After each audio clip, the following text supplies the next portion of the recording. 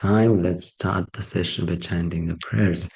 Om Jnana Timirandasya Jnananjana Shalakaya Chakshurunmilitam Yena Tasmai Shri Gurave Namaha Shri Chaitanya Manobishtam Sapitam Yena Bhutale Swayam Rupaha Kadamahyam Tadati Swapadantikam Vandeham Shri Guru Shri Yuta Padakamalam Shri Gurun Vaishnavam Shri Rupam Sagrajatam Sahagana Raghunathan Vitang Sajivam Sadavaitam Savadutam Parijana Sahitam Krishna Chaitanya Devam Shri Radha Krishna Padan Sagana Lalita Shri Vishakhanvitangscha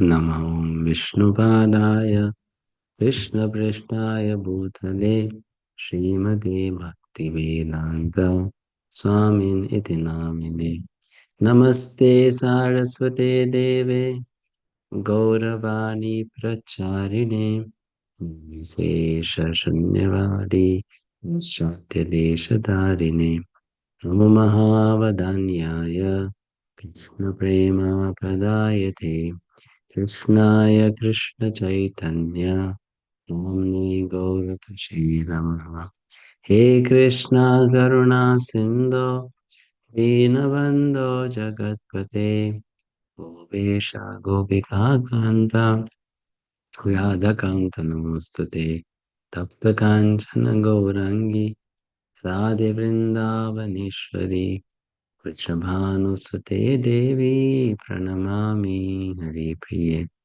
Vancha Kalpatarobhyascha Kripa Sindhubhyaiva cha Patitanam Pavanebhyo Vaishnavebhyo Namo Jai Shri Krishna Chaitanya Prabhu Nityananda Shri Advaita Ganadhara Vivasadi Gaura Bhakti Hare Krishna Krishna Krishna Hare Hare Hare Rama Hare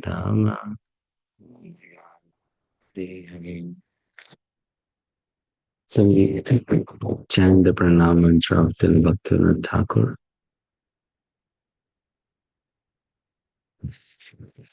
Namo Bhakti Vinodaya Satchidananda Namine Gaura Shakti Swarupaya Rupanugavarmayate. I offer my respects to Srila Bhaktivinoda Thakur, who is also known as Satchidananda, who is the personification of the mercy of Sri Chaitanya Mahaprabhu, and who is one of the best followers of Sri Rupa Goswami. So we offer our obeisances at his lotus feet, praying for the right attitude and intelligence and understanding his teachings so that we can apply and make progress in pure devotional service. So today the topic is Niyam Agraha, Atyaharaha Prayasascha Prajalpo Niyam Agraha Janasangascha Lolyangcha Shadbhir Bhakti Vinashyati. So the presentation given by Bhaktivinoda Thakur on this essay is very interesting. And it is something which I'm sure you must not have come across any time before. What he teaches in this essay.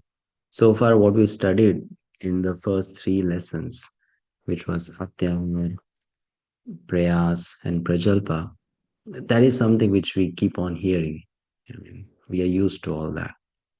But here in Niyamagra, Srila Bhaktivinoda Thakur, he goes to explain, first of all, this subject in a very interesting manner. And secondly, also, he talks about some very subtle attachments that a person might develop on the path of sadhana bhakti. So that's how he explains this subject matter. So let's look at it. But before we do that, we'll sing this song, um, Dua Bhakti Pratikula. So we'll sing this for today, and then from next week we'll be singing some other song. All right. So Dua Bhakti Pratikula Dharma Jate Roy.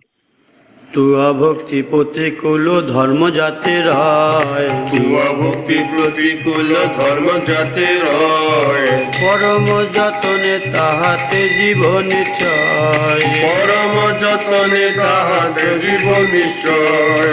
Tuya ভক্তি বহির্মুখ সঙ্গ না করিব, তুয়া ভক্তি বহির্মুখ সঙ্গ না করিব, গৌরাঙ্গ বিরোধী জন মুখ না হেরিব, গৌরাঙ্গ বিরোধী জন মুখ না হেরিব। ভক্তি প্রতিকূল স্থানে না করিব সতী, ভক্তি প্রতিকূল স্থানে না করিব সতী, ভক্তির অপ্রিয় কাজে না করিও রতি, ভক্তির অপ্রিয় কাজে নাহি করি রতি, ভক্তির বিরোধী গ্রন্থ পাঠ না করিব, ভক্তির বিরোধী গ্রন্থ পাঠ না করিব, ভক্তির বিরোধী ব্যাখ্যা কভু না শুনিব, ভক্তির বিরোধী ব্যাখ্যা কভু না শুনিব। গৌরাঙ্গ বর্জিত স্থান চিত্ত নাহি মানি, গৌরাঙ্গ বর্জিত স্থান চিত্ত নাহি মানি, ভক্তির বাদব জ্ঞান কর্ম তুচ্ছ জানি, ভক্তির বাদক জ্ঞান কর্ম তুচ্ছ জানি, ভক্তির বাদক কালে না করিয়া দো, ভক্তির বাদক কালে না করিয়া দান, ভক্তি বহির্মুখ নিজ জনে জানি পার, ভক্তি বহির্মুখ নিজ জনে জানিবা, ভক্তির বাদিকা স্পৃহা করিব বাজ, ভক্তির বাদিকা স্পৃহা করিব বর্জ, অভক্ত প্রদত্ত অন্ন না করি গ্রহণ, অভক্ত প্রদত্ত অন্ন না করি গ্রহণ, যাহা কিছু ভক্তি প্রতিকূল বলি জানি, যাহা কিছু ভক্তি প্রতিকূল বলে জানি, এ জীব যতনে তাহা এ নিশ্চয় বাণী, জীব যতনে তাহাই নিশ্চয় বাণী, ভকতি বিনোদ করি প্রভুর চরণে, ভকতি বিনোদ করি প্রভুর চরণে, মাগায়ে সকতি প্রতিকূলের ভজনে, মাগয়ে সকতি প্রতিকূলের ভজনে, ভকতি বিনোদ করি প্রভুর চরণে, ভকতি বিনোদ করি প্রভুর চরণে, মাগায়ে সকতি প্রতিকূলের ভজনে, মাগয়ে সকতি প্রতিকূলের ভজনে।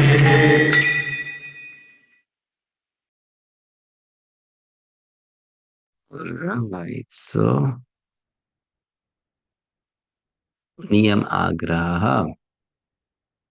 What does it mean?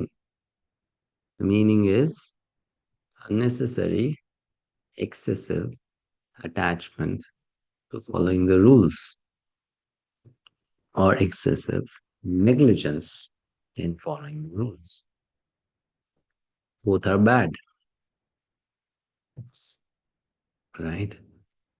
So Srila Bhaktivinoda Thakura explains that niyama or rule can be of two types. What are they? So the two types of rules are, one is called vidhi and the other is called nishedha. Vidhi and nishedha. Vidhi means what should be done.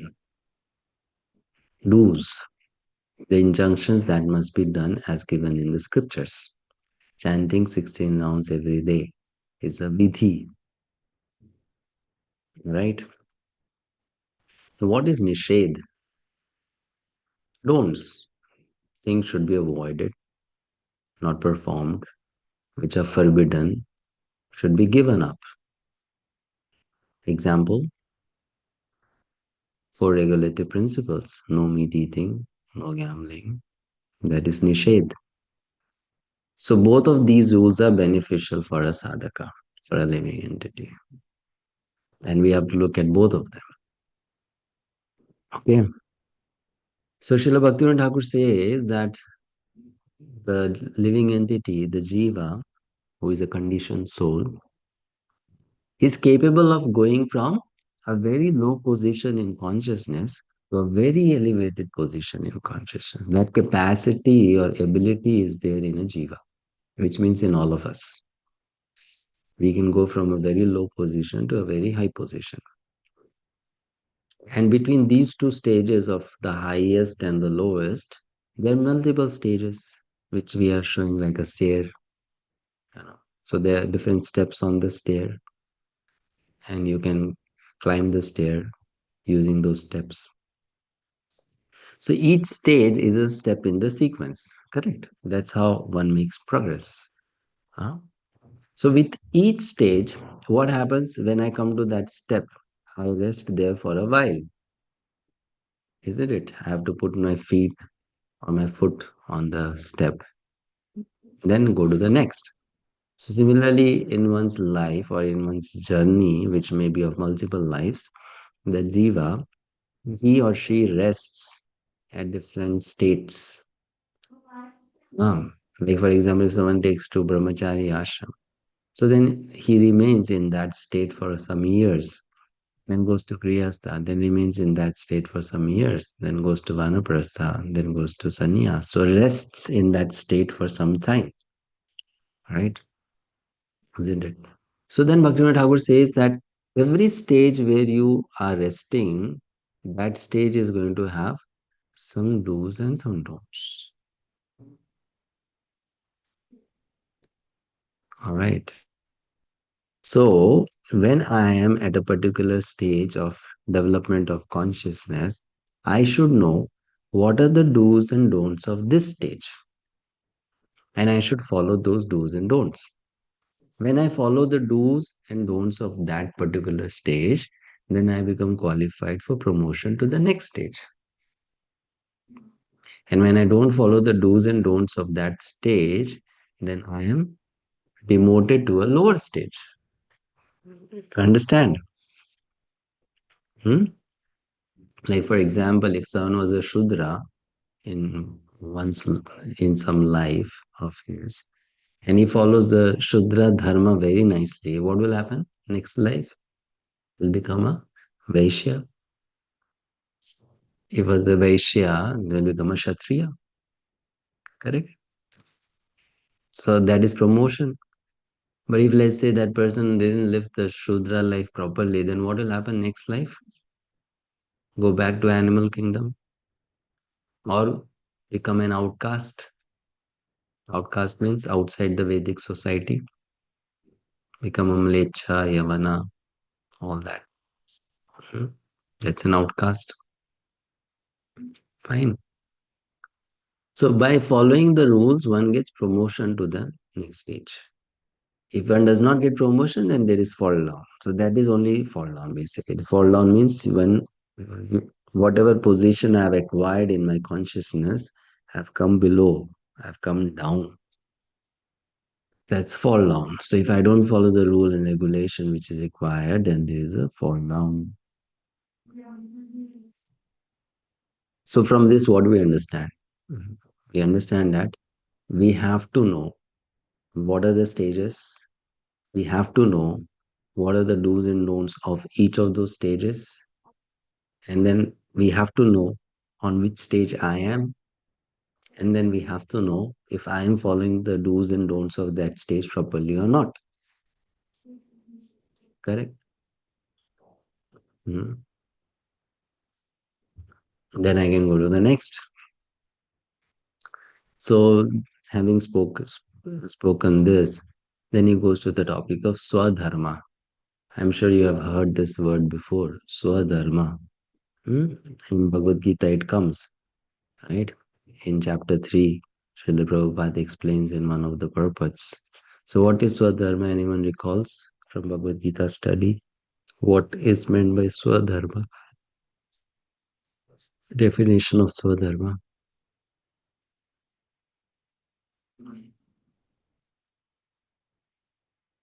Not able to unmute. Raise your hand. I want to give the answer. Okay, Param Gandhi Mataji.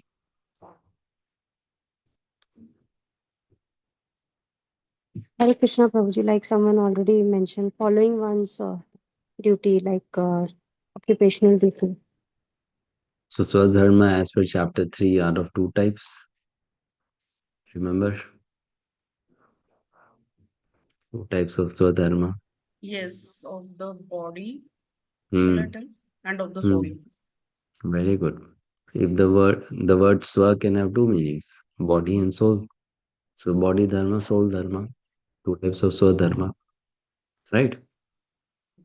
So Bhaktivinoda Thakura gives a different way of looking at this term. He says Swadharma means maintaining the rules suitable for one's attained position.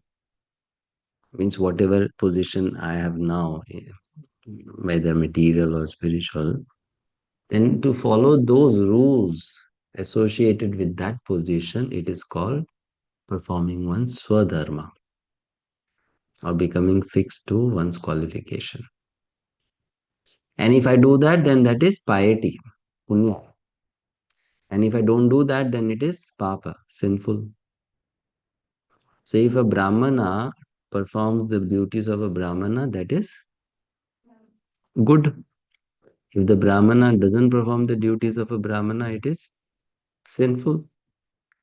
If the brahmana performs the duties of a shudra, it is sinful. Then If a shudra performs the duties of a shudra, good. good, piety.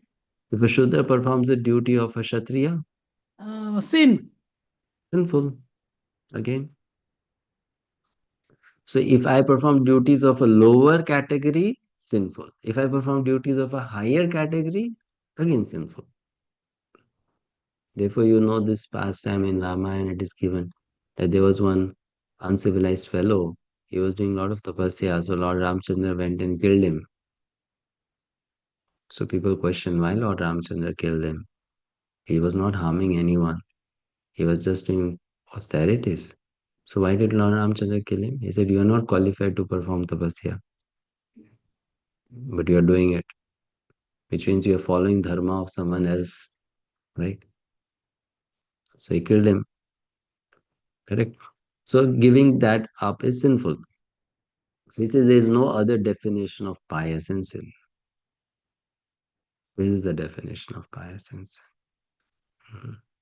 So if I follow my Swadharma, I'm a pious person, I'm a pious man. If I go away from my Swadharma, then I'm a sinful man. Now let's go to this section of Srimad Bhagavatam. Um, If you have the, yeah, if you have the Bhagavatam book, very nice. If you don't, then go to mobile, which you must be having anyway. So go to Canto 11, chapter 21,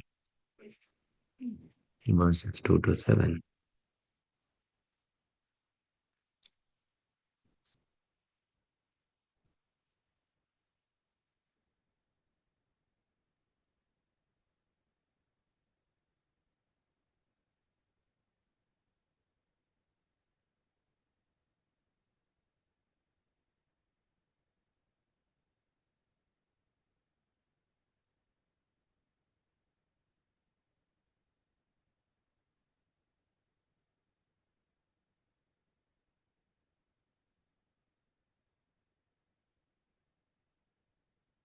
11, 21, verse 2 to 7.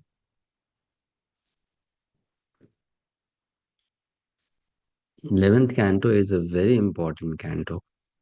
It has instructions of Lord Krishna to Uddhava. And these instructions are very important for any sadhaka to understand.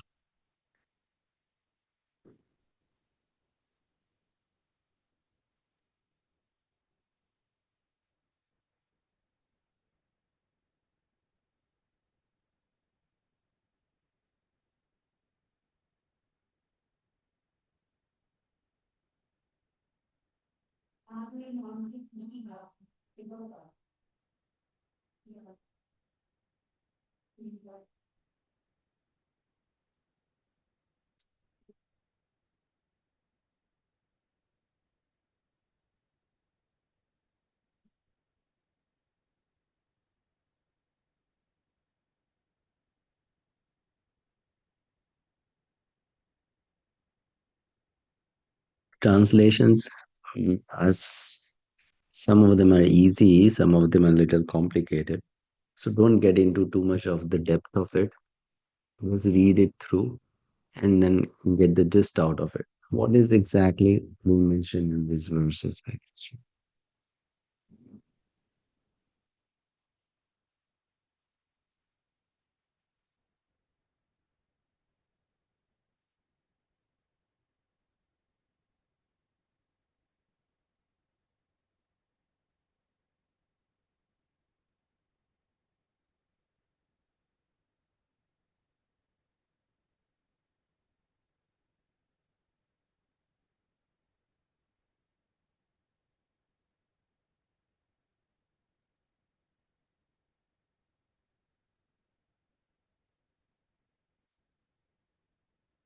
Snehati Mataji. Hare Krishna Prabhuji. These verses are saying that although all the material bodies are made up of 5 elements, but still the Vedic literatures say that the rules of piety and non-piety are different for all material bodies. Yeah, very good. So what we understand is Krishna is telling to Uddhavji that though we all have bodies made up of 5 elements, but because of the composition being different, so they're different dharma for that body obtained, which means the type of nature I have obtained is a different dharma, right? So that is swadharma, different types of swadharmas. Hmm? And one should follow one's own swadharma. It's important. That is good. One should not go to someone else's swadharma. Okay. So this is there. And you see, that's how uh, the actual education system used to be in a Vedic society. Now, when we talk about education system, where is Swadharma? We don't know who the student is. We don't know what the nature of the student is. And then we don't know what should be taught also, right? So we are teaching everything to everyone, basically. We're teaching everything to everyone.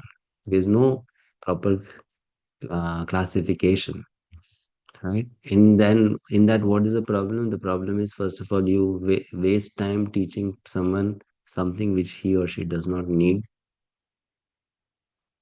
And second thing, because so much time is wasted in learning what I don't need, I don't have time to learn what I need, right? So I don't have time. And this is something very interesting. Um, you observe this classes, any class, whether it is Bhakti Shastri class or anything, I have shared once. And only those people join these courses who are mostly, not everyone, but mostly 35 plus or 40 plus. You know, mostly such people join the courses. Some exceptions might be there. Why? Because they only have some time. But what is the ideal age to join such kind of courses? You want to study Bhakti Shastri, you want to study Bhagavatam, you want to study all these different subjects. What is the ideal stage? When the 18 brain is years. when the brain is working the best. And when is that? When one is 16, 17, 18, 19, 20, 21, 22, right? But that time, what is one studying? How to earn bread and butter, correct? So what should be studied is not given much time because so much time is wasted in studying what is not required actually. Hmm? But in the Vedic society, because people were very clear about different dharmas for different, their education also designed like that. And that saved a lot of time. Are you understanding? Hmm? But in modern society, there's a lot of waste of time because there's no understanding of Swadharma. And because people are learning everything, that's why they are confused also. What should I do? I can do this also, I can do that also. Hmm? But if you teach someone who has the nature of a farmer, only farming, then he has no other option than to do farming. But if you teach someone who knows, who has the inclination to do farming, little bit engineering also, that in then in ignorance that person may think I can also become an engineer. But if you teach farming only, then there's no option. I will be a farmer. So in that way, there's a lot of benefit. Anyway, that was a diversion from the topic. Let's go to this thing, Bhaktyaloka. So Bhaktivinoda Thakur said there are two states of jiva.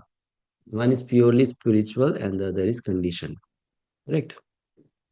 Muktavastha and Baddhavastha. Liberated state, conditioned state.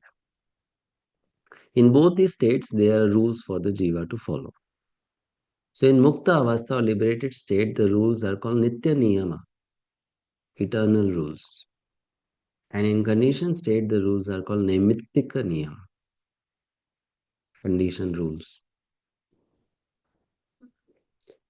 Because I am in conditioned state, but I want to come out of conditioned state. So as a sadhaka, I have to give attention to both conditioned state rules and Nitya eternal rules.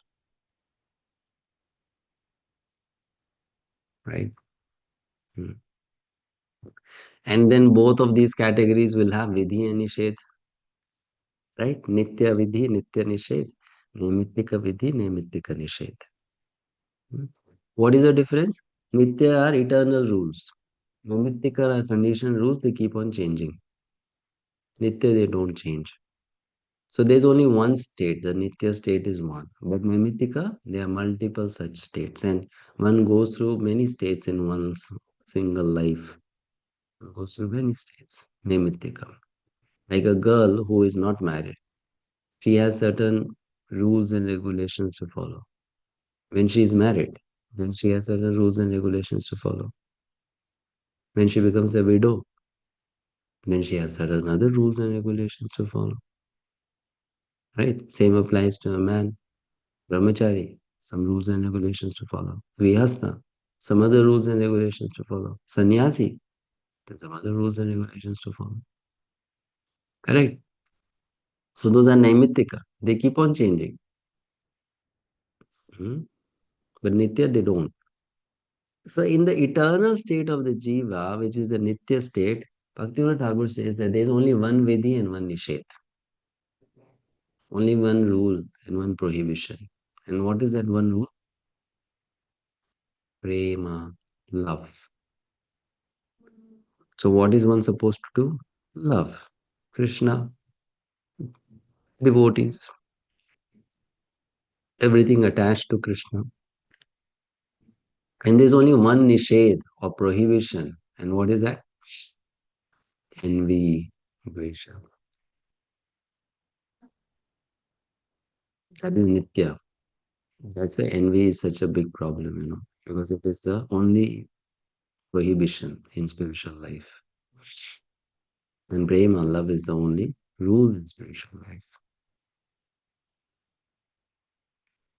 So this prema, when I have, then I'll engage in seva.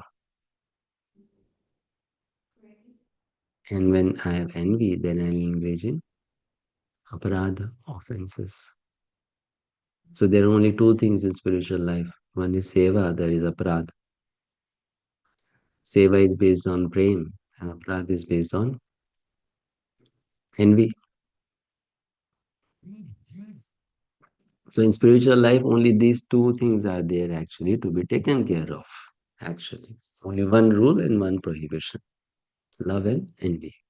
The jiva who is devoid of envy and filled with prema is qualified for and is the shelter of prema rasa. So that person then gets prema rasa, free from envy, full of prema. Then that person is qualified for prema rasa, perfection of life. All right. Then Bhaktivinoda Thakur says that more than this, I don't want to talk in this book because the subject of eternally liberated souls is out of the scope of this book. What is their rules? What is their prohibition? He says there's not much more to discuss about it. This much is enough.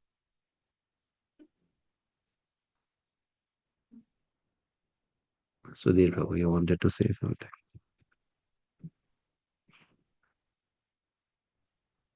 Hare Krishna, Prabhu. Dandavat Pranam.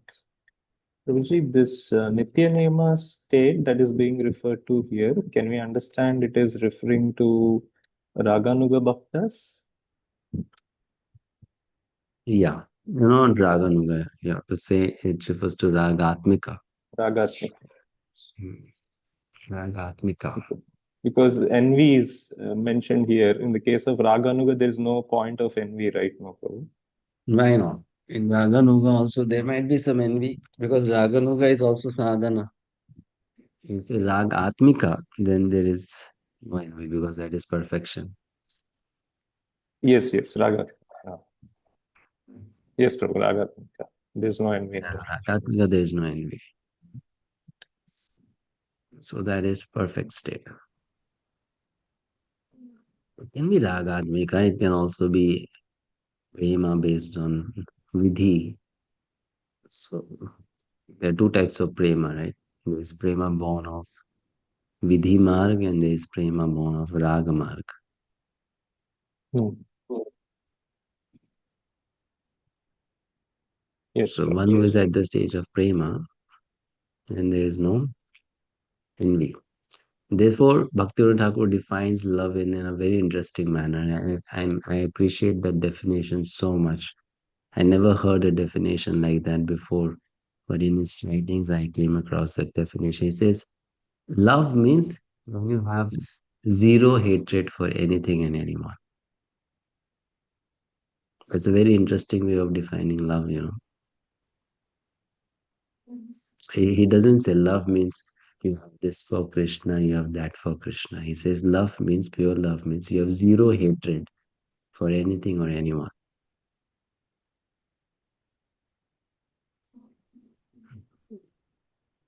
It's complete opposite of hatred or dvesha, envy. Okay. Hmm? So that is very difficult to achieve in one sense, completely pure state. Now, the jiva's conditional state, then there are many types of rules in this state, as there are many conditional states. But these conditional states can be categorized into three primary groups, as is explained in the Vedas, Bhagavad-gita, and the Smritis. So, what are these groups? So, for understanding sake, the categories are Karma Marg. Sorry, the second one is not missing. Jnana It's not there, it's missing. Yeah, typo. Second is Jnana Marg, and the third one is Bhakti Marg. Okay.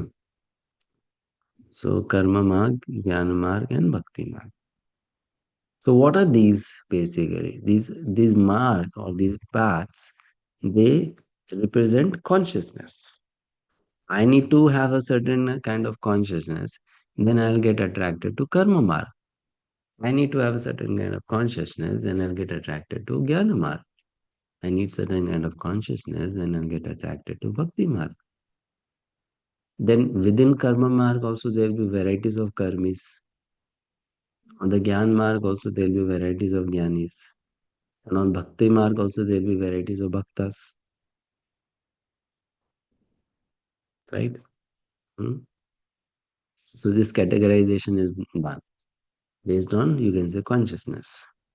So in each of these division, there is a specific vidhi to be followed and specific nishedas. You understand this? How he is bringing the whole subject? Correct? So as I mentioned sometime before, na, the analysis of Bhaktivinoda Thakur is very, very systematic. Like he'll take one point and he'll just keep on analyzing that and connecting different points.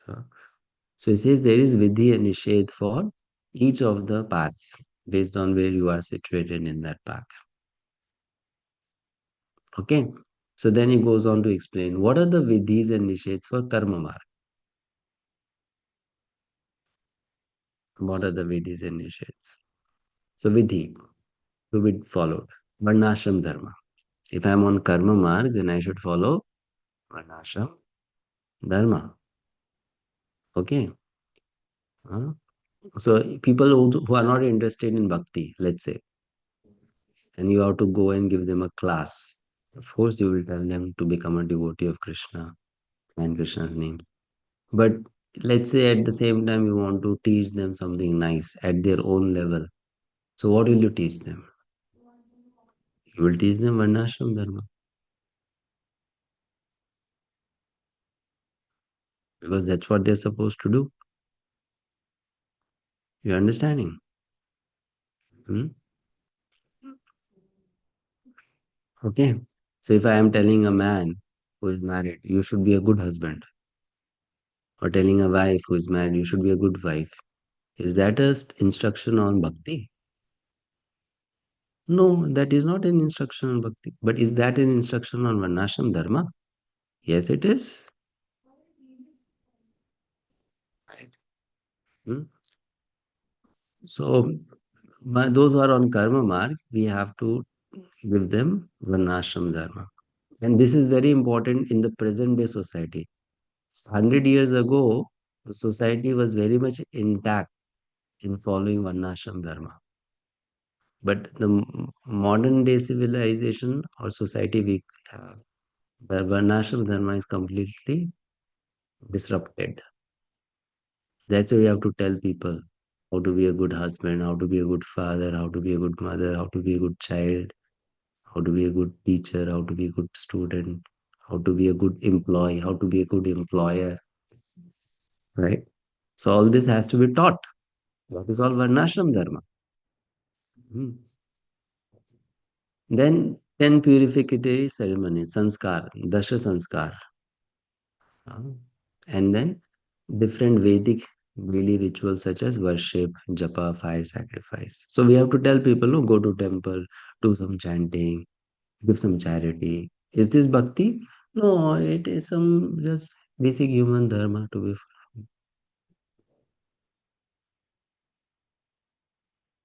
You understanding? So that is karma mark. And what is a nished? Sinful activities. Don't steal money from someone. Don't do violence. Don't be dishonest. Don't have illicit relationships. This is what even ordinary people who are not interested in bhakti, they would want to follow, right? This is like good instruction to them. If you tell them this should be avoided. Correct. Huh?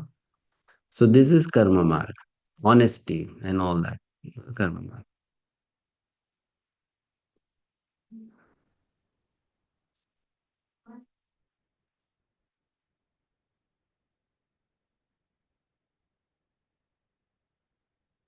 We go to Jnana marg. So on Jnana marg, what is the vidhi? First is sannyas. Without sannyas, no jnana. Jnana marg. So first is sannyas. Second, vairagya, detachment.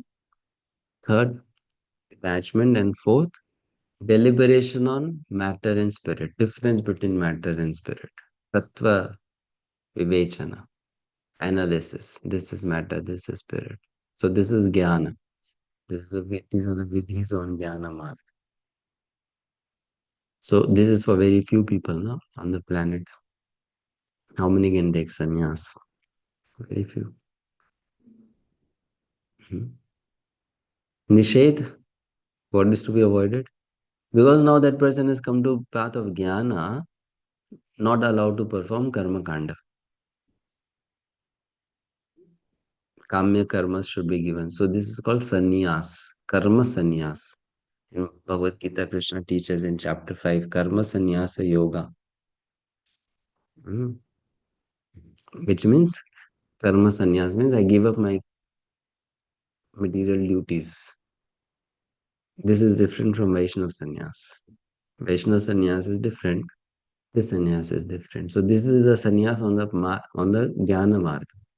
Vaishnava marg sannyas is different. This is jnana marg sannyas. Forbidden action means same thing: illicit relationship, cheating, lying, dishonesty, stealing, and then attachment to sense pleasure. These are different. All right. Next, Bhakti Marg, which is important for us. Vidhi, indifference. Indifference means I don't like it also, I don't dislike it also. Indifferent. You understanding? Huh? If I get to sit on a sofa, I have no problem with it. If I get to sit on floor, I have no problem with it. If one is on karma margi, he will say, how can I sit on the floor? If one is on jnana margi, he'll say, how can I sit on the sofa?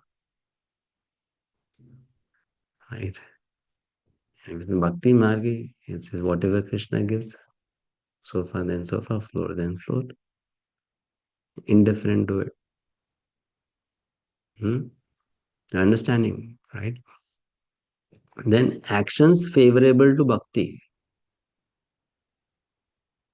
That is vidhi. Plus respectful observance of the rules and regulations of jnana marg. Means in bhakti marg also you observe the rules and regulations of jnana marg with respect. Like we also try to be austere, we also try to be detached, we also try to cultivate knowledge. And then cultivating bhakti with the help of other rules. So this is good for bhakti. It's vidhi. Nisheth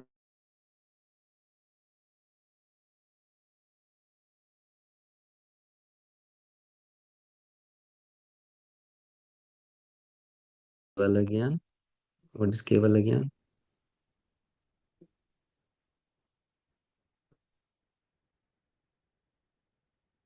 What is kevala gyan?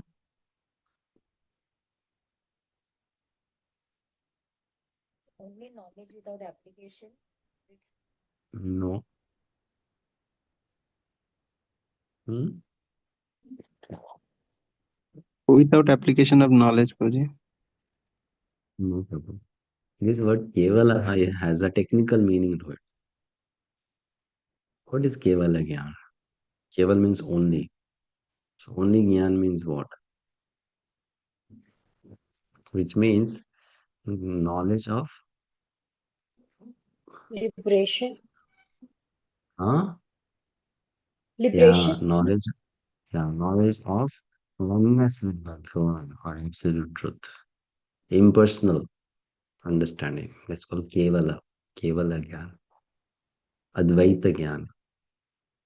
So Okay, this Prabhuji. word Kevala means it's a specific use of this Kevala is in the sense that complete oneness of absolute truth and the Jiva. Bhagavan and Jiva are same. That's called Kevala Gyan. So this is against Bhakti. Impersonal thoughts or oneness, thoughts of oneness. Then false pride of renunciation. This is also against Bhakti because a Bhakta has to be humble. Then attachment to sense gratification. Conclusions against Bhakti. And Kartavya Karma. Kartavya Karma means material duties. That is also Nished in Bhakti. Which Bhakti? Shuddh Bhakti. Pure devotional service. Because when you enter into pure devotional service, then you understand there's only one Kartavya, only one duty. And what is that duty? Service to Bhagavan. And all other duties They're only done for the sake of doing them.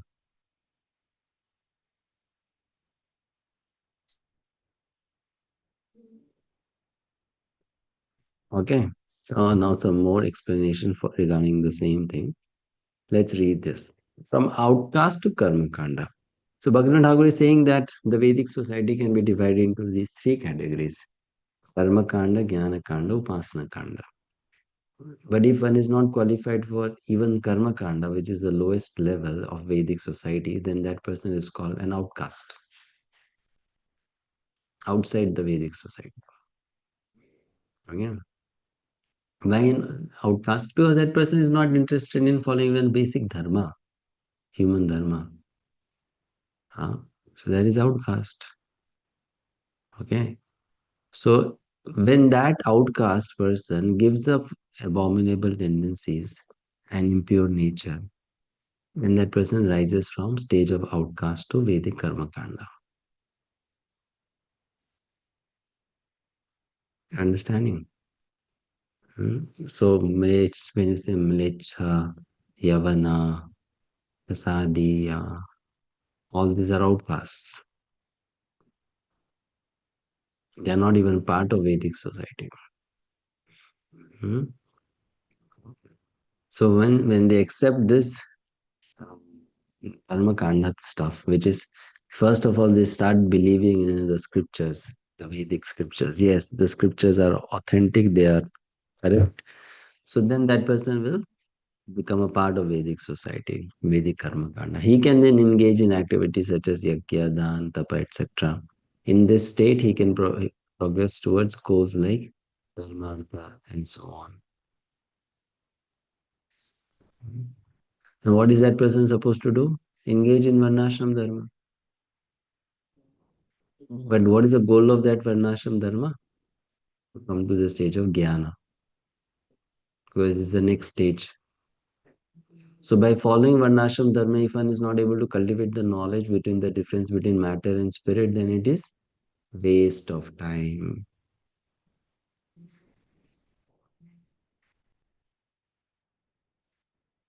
Right? Hmm.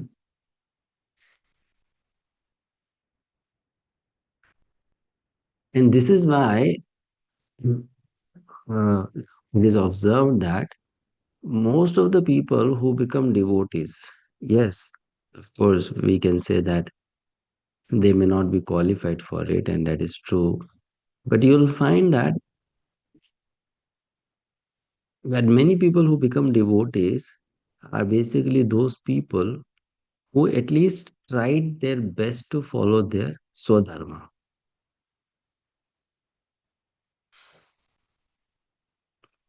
Then they become devotees, mostly. Why? Because if they follow their swadharma nicely, then they will develop jnana naturally. This jnana development happens in the consciousness, no, not by reading books or hearing pravachan.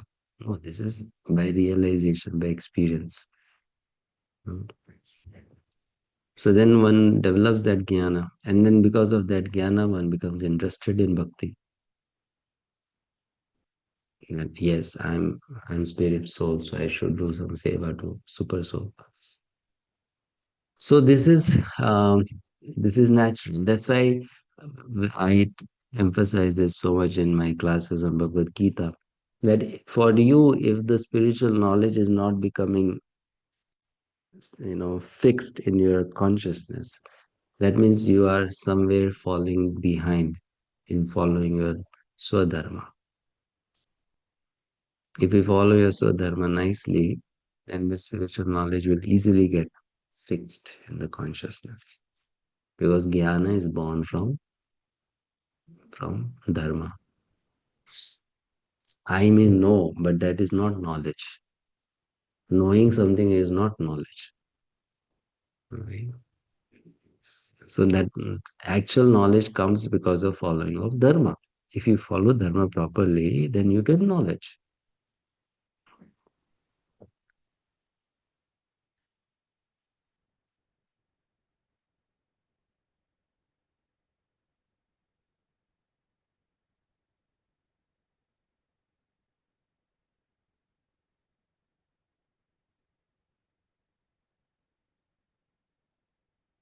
All right. So he should continue to follow Varnashram Dharma as long as he does not develop detachment from material work by deliberation on difference between matter and spirit and by analyzing the nature of false ego. So from the stage of karma, one has to go to jnana. So one has to engage in one's dharmic duties and at the same time deliberate on difference between matter and spirit, on the nature of false ego. All that is required. Then one can detach oneself from false identities. Otherwise, we'll remain stuck to those identities, which is only false, which are only false. They are not true. So by deliberation on this difference between matter and spirit and this nature of false ego, one can come out of one's entanglement in karma kanda and go to the next stage, which is jnana kanda. All right, makes sense. So this is how Bhaktivinoda Thakur explains the journey basically.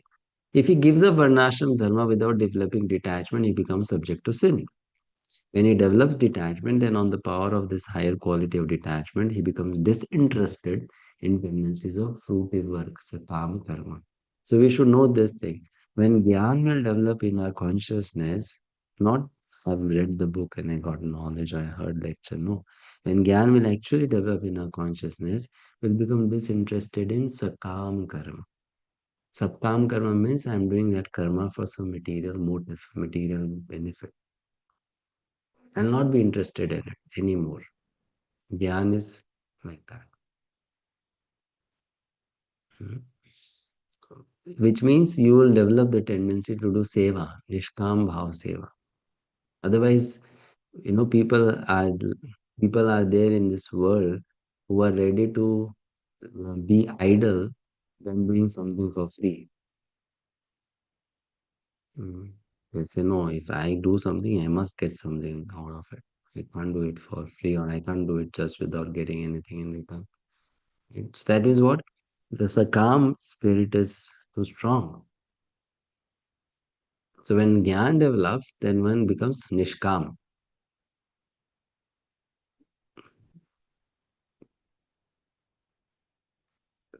Okay? Hmm. However, even after attaining detachment, such a person continues to remain attached to the rules of karma kanda, then he cannot make spiritual progress. So if you come to a higher stage and you're still attached to the rules of the lower stage, then Bhaktivinoda Thakur says you can't make progress. You have to give up rules of lower stage. Then you can come to higher stage and perform properly at that stage. Okay, let's go to the next journey now. So from outcast to karma kand, and then now karma kand to dhyana kand. Hmm. So what should be done by such a person? Let's read this slide, the points. Shikha Mataji, go ahead. One who has attained to the stage of Jnana Kanda, his duty is to remain situated in Jnana. Till the time he doesn't develop interest in bhakti, he should follow the rules of Jnana Kanda. But as soon as he gets required qualification for bhakti, he should give up the attachment to Jnana Kanda. Otherwise, he shall be considered faulty of Niyam Agraha and his spiritual progress will stop. So outcast to karma kand to jnana kand. And then from jnana kand, next stage is bhakti. Bahunam janma namante jnanavan mam prapatyate vasudeva sarvamiti samahatmasu durlabha. 7.19. Right, Bhagavad Gita. Now, when I was reading about it, reading this, I got this thought that this journey seems to be so long, no? Outcast to karma kand to jnana kand. It may take even many, many lifetimes. And then from Jnanakand to Bhakti, Bahunam Janma Namante Jnanvan Mam Prapadyate Vasudeva Sarvamiti. So that's a very long journey actually. Correct? Hmm? But by the mercy of Sri Chaitanya Mahaprabhu, from outcast directly to the path of Bhakti. It is possible. From outcast directly to the path of bhakti. Right? So that is mercy. Interest in bhakti. So after that he comes to bhakti. Tavat karmani kurvita na nirvityeta yavata matkatha shamanadau ashadhaya jayate. So in bhakti, then what is the main thing? What is the beginning thing and the most important thing? Because he has now come to bhakti, so Bhaktivinoda Thakur is talking about it. And after engaging in one's duties, performing all these activities, then what is the next? Let's read the translation below. Sudhir Prabhuji.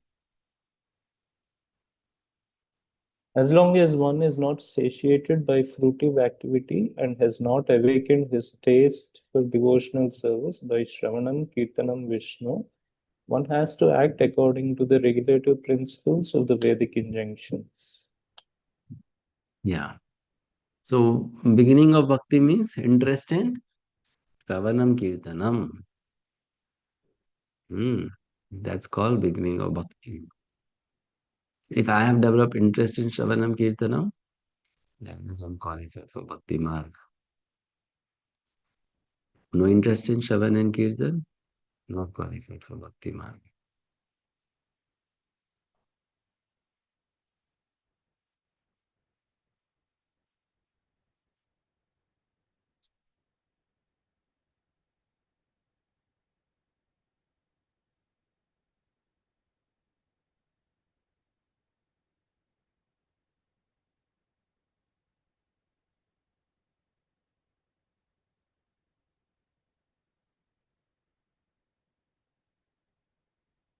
So what is the only qualification for Bhakti?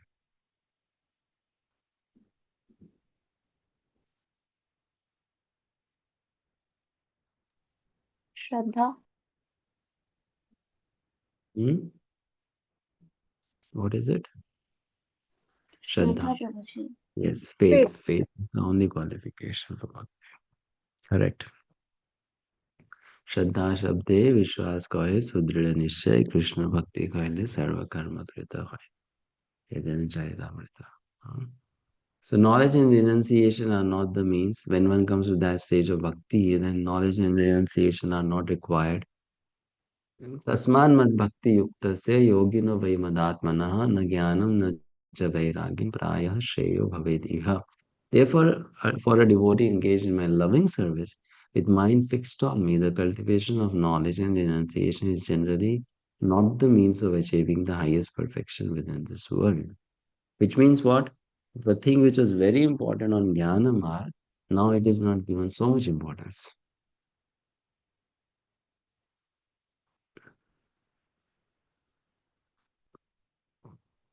When attachment to Jnana and Vairagya are removed from the heart, actions of bhakti can manifest properly.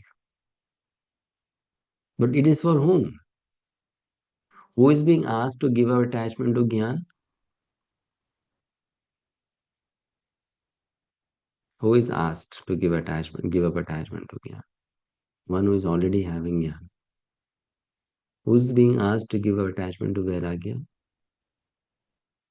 One who is already having Vairagya. Correct? And how can we misunderstand this whole instruction? One who is not on the stage of Gyan, maybe is on the stage of Karma, or maybe is an outcast, and that person will think, oh, in Bhakti, no Gyan is required. But this is for whom? This is for someone who is having Gyan. Don't be attached to Gyan, right? Not for someone who is not having any Gyan. And that person will say, Bhakti, Gyan is not required. Similarly, for someone who doesn't have Vairagya, that person will say, oh, Bhakti, Vairagya is not required. No, it is not required, but not for you. It is for one who has Vairagya, it's not required.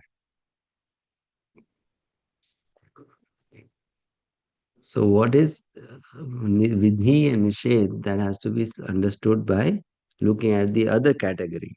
And this is a big mistake which we do when we study the scripture. We don't understand this instruction is for whom? Who is the adhikari of this instruction? Understanding? So when it says attachment to Gyan and Vairagya are removed from the heart or should be removed from the heart. This instruction is for whom? For whom? For everyone? No. This is the instruction for someone who is transiting from jnana to bhakti. Not for everyone. Because that is also required. Hmm. Therefore, as a sadhaka, we have to understand in iskcon, when people come, different people come from different backgrounds. They might be an outcast, they might be a karma kandi, they might be a jnana kandi, they might be natural bhaktas right from birth. All these different type of people come, and they are studying the same book, same scripture, but they will have to then understand where am I standing and which instruction is for me and which is not for me, isn't it? So if it is said don't be attached to jnana, it is for those who have jnana, not for those who are foolish. Don't be attached to vairagya, it is for those who have vairagya, not for those who are sense gratifiers. Then those who are sense gratifiers, they will say, you see, vairagya is not needed in bhakti. Huh? So why should I give up sense gratification? I can continue to do sense gratification.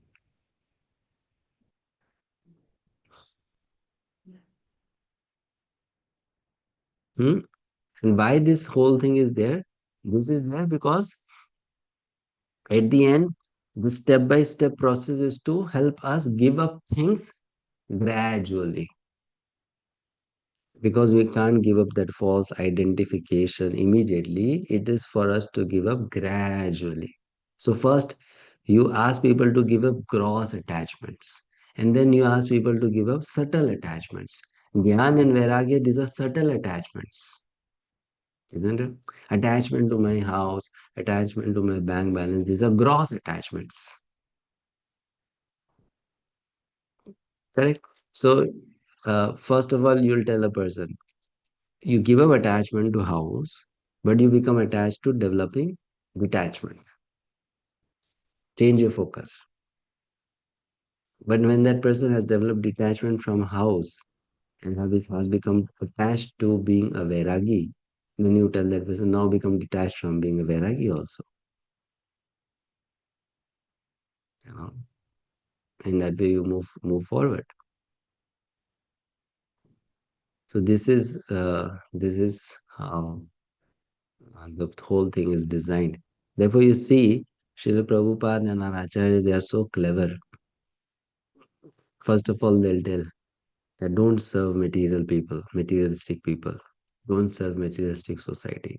What you do? You serve devotees.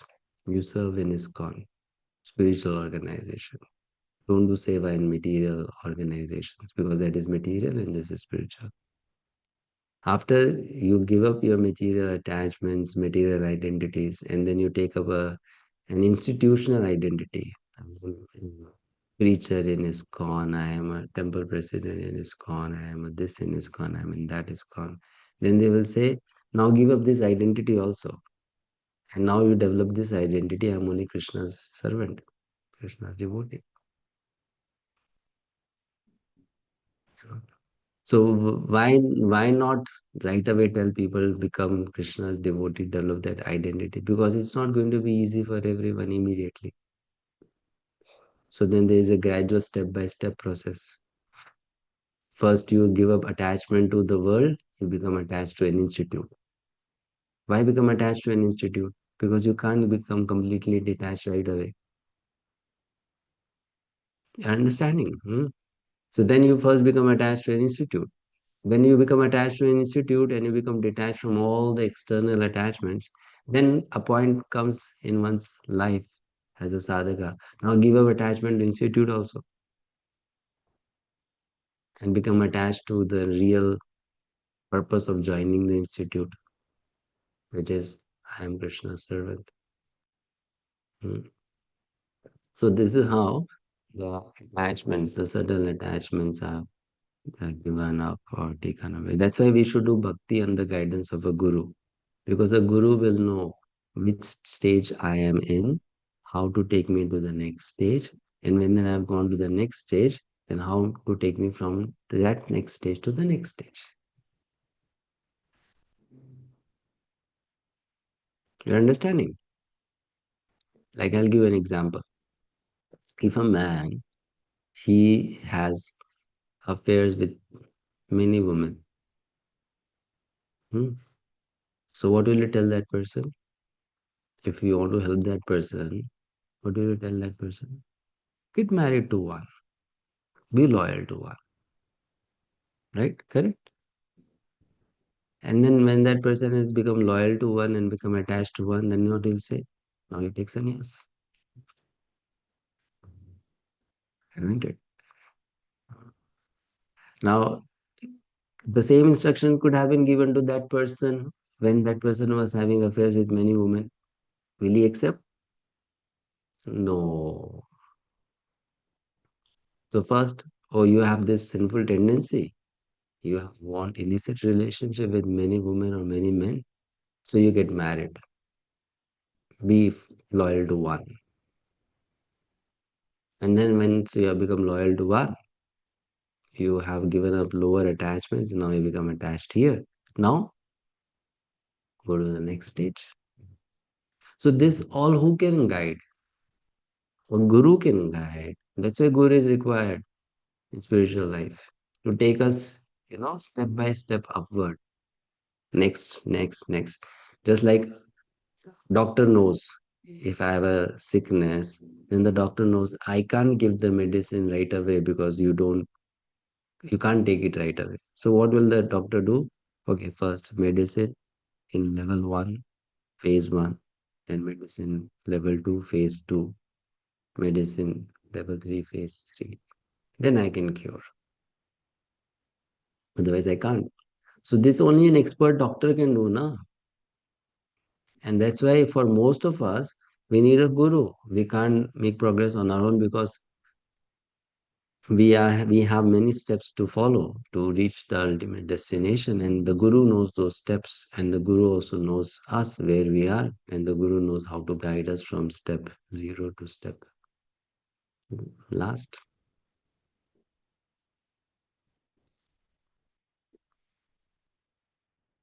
Mhm.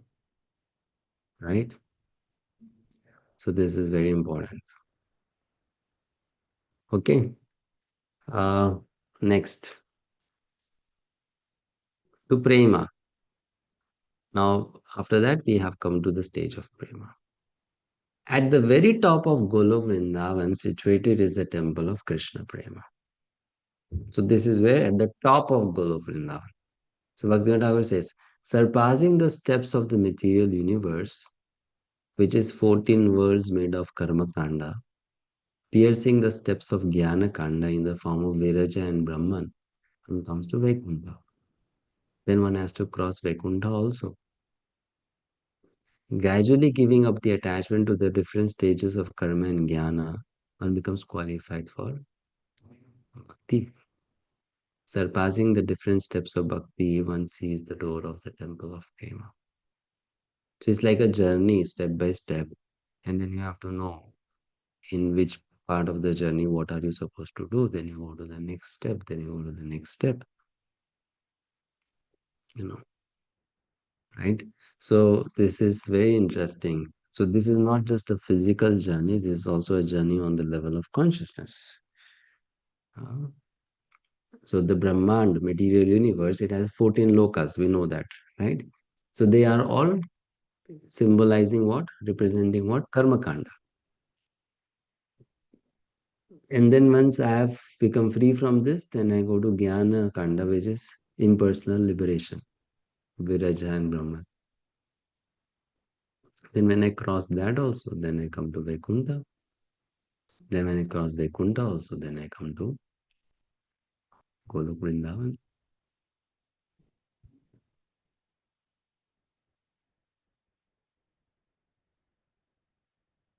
Okay. So this is evolution in consciousness. So this whole thing of having a physical hierarchy, it is very important for us to understand. But more than that is that spiritual consciousness hierarchy. I am situated in what level of consciousness? And then from there going to the next level of consciousness. Now faith to rasa. Let's read this quickly. Someone, Niyati Mataji, go ahead, please. Hare Krishna. Faith to rasa. The only niyama for the person who has ascended to the stage of bhakti is faith. When faith, by the strength of sadhana, under the shelter of devotees and guru, destroys anarthas, bhakti manifests as the stage of nishtha. Surpassing various stages as anarthas are destroyed, from nishtha, ruchi manifests. From ruchi, asakti manifests. From asakti, bhava manifests. When bhava matures, it becomes rati. Rati, when it mixes with appropriate sanchari, bhavas, and other ingredients of rasa, rasa manifests. This rasa is the complete and perfect fruit of bhakti. Hare Krishna. Hare Krishna. So, which book gives technical analysis of these different stages and what we should be doing on those stages? We already studied that book, Madhurya Bhakti, Kadambini. Madhurya Kadambini. From Shraddha to Prema, where each stage is described very nicely by Vishwanath Chakravarti Thakur.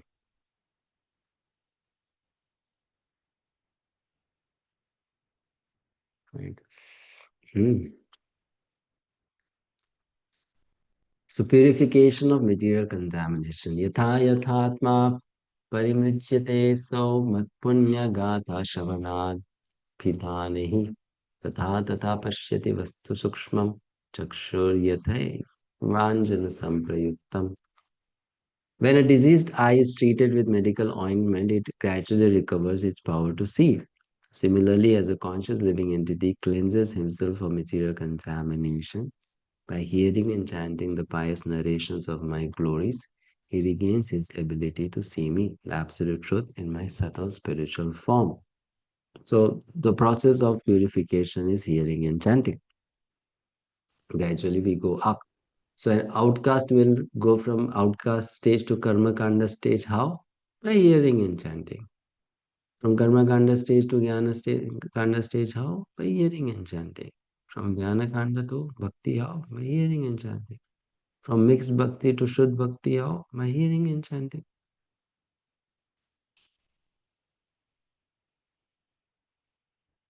Right? That's how one gets promotion or one goes to the next stage. Okay, what are the 9 stages of bhakti? Anyone remembers? As explained by Srila Rupa Goswami. 9 stages. In Adav Sanskrit. Shraddha, तथा Bhakti साधु संगा Sadhu Adav भजन Shraddha, Sadhu Sangha, Bhajana Kriya. भजन क्रिया अनर्थ निवृत्ति Hmm. निष्ठा रुचि आसक्ति भाव and Prem. Very good. So this is a verse from Bhakti Rasamrita Sindhu. 9 stages, right? So different stages, different rules.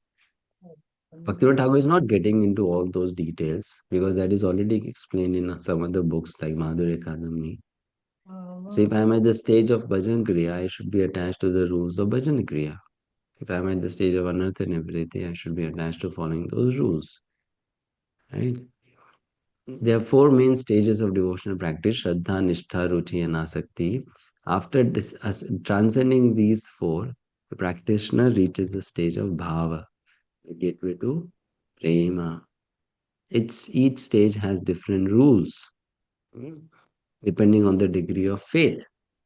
So our faith will decide which stage we are at.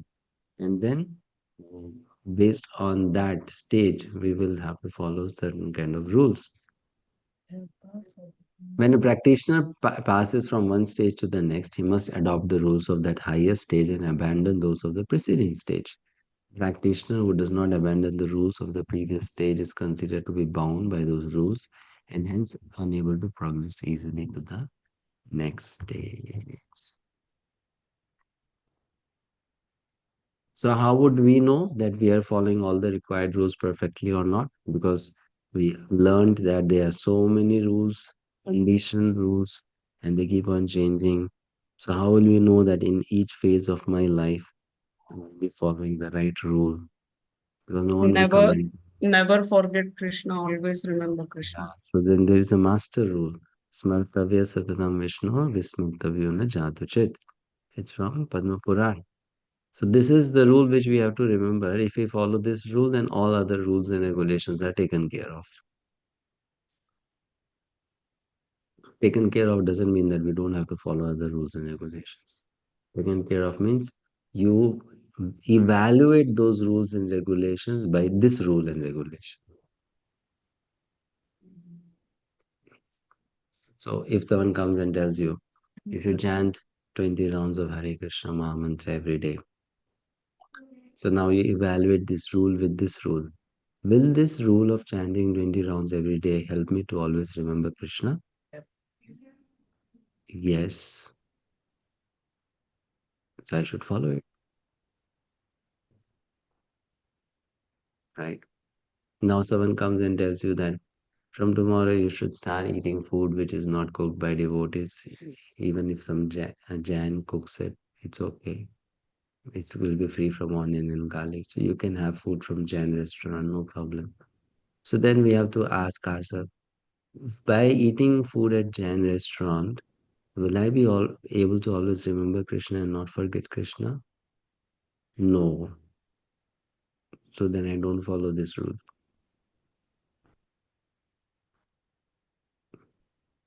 Understanding? So if now another question. If one person is, let's say, a grihastha, and then someone comes and tells that person, you take sannyas, you become detached from everything. So then that person should think, if I take sannyas, will I be always remembering Krishna and not forgetting Krishna? Then the intelligence will say no. And you should ask why? I have ample of time to think about Krishna. So the intelligence says, because you'll be too worried about your food, shelter, too much in anxiety. So how will you remember Krishna then? You'll forget Krishna. So then that person will decide, okay, so if I take sannyas, maybe I'll not be able to practice Krishna consciousness even that much what I'm practicing now. Because at least now I'm not worried about my food and shelter. But that time I'll be always worrying about it, then I will not be able to think of Krishna anymore. So this is how a person will decide that should I do this or not do that. And for different people it's going to be different. So this is like the master rule. So should I follow this rule? Yeah, if it helps you to remember Krishna, follow it. Right? And it doesn't need to forget Krishna, follow it. If it causes some kind of obstacle in that master rule, then I don't follow it.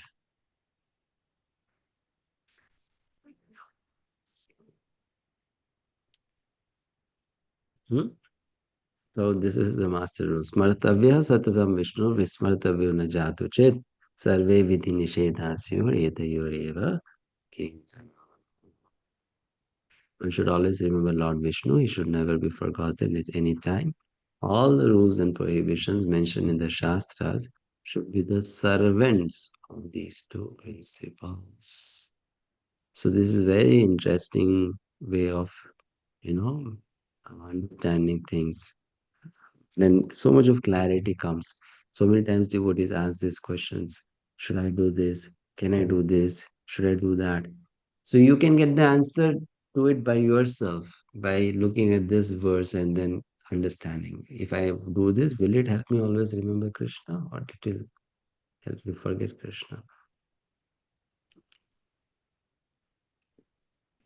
Hmm.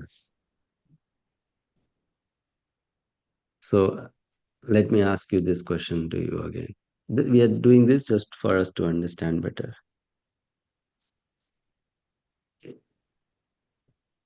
You are doing Ekadashi Vrata. So Ekadashi Vrata can be done in different levels. One is complete Nirjala. Second is maybe Jal.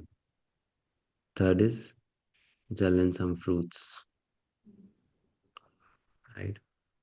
Fourth is you take some Jal, some fruits, some milk, some nuts. Fifth is you eat cooked food but non-grains. Right? And the sixth is you go to hell by eating grains. That is the sixth stage. Mhm. So Ekadashi can be observed in at these different stages. Right? So now if someone is thinking, I'll do Nirjala. So then one should ask oneself, if I do Nirjala, will I be thinking about Krishna or I'll be always worried about food?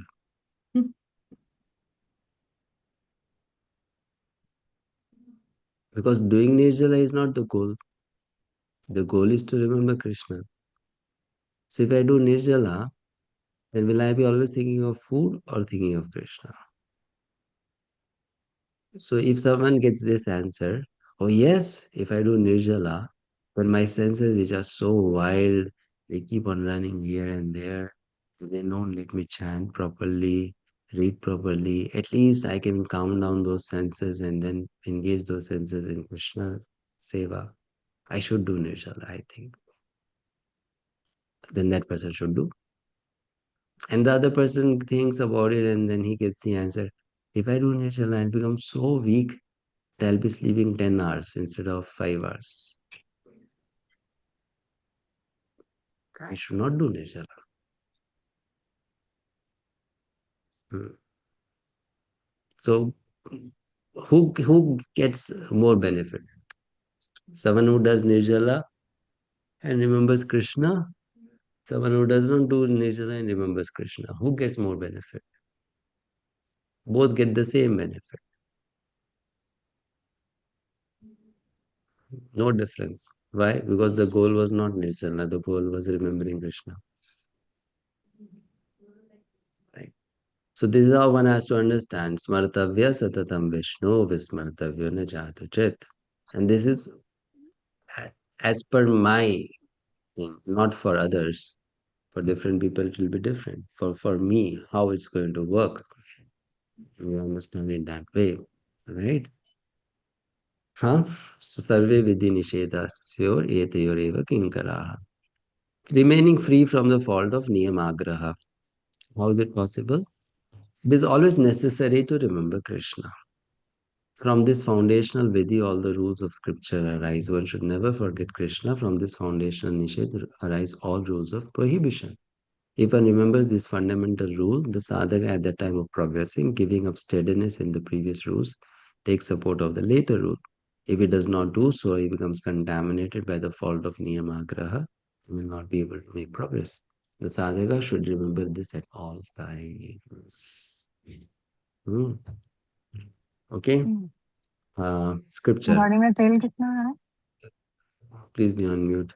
Which scripture describes in detail the rules and regulations for wealthy and householder devotees? I'm not sure if you'll be knowing this answer. I just put this question just for you to think about it. So there is a book which gives rules for householders mainly, and that is Hari Bhakti Vilas. Okay.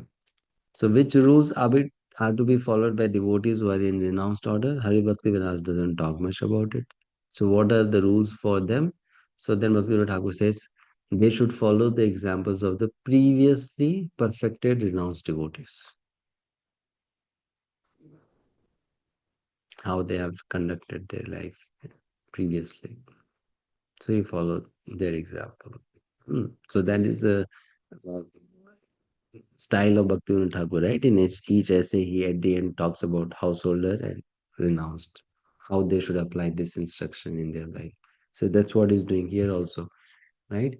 So Then he says, now, if you are in either of this category, the goal of life is to come to the stage of pure surrender to Krishna. So for that, then he explains some details. Let's read this quickly. Neha Mataji, go ahead, please. Householders and renunciants. The first sign of one who attains faith is complete surrender at the feet of Lord Krishna. This surrender is of two types, for householders and for renunciants, sannyasis. In Hari Bhakti Vilas, mainly the rule for suitable for householders have been described. Hence, fasts like Shiva Chaturdashi, etc., are also mentioned in it. However, those who renounce the world must adhere to the rules and regulations of conduct appropriate to their spiritual practice, sannyas ashram.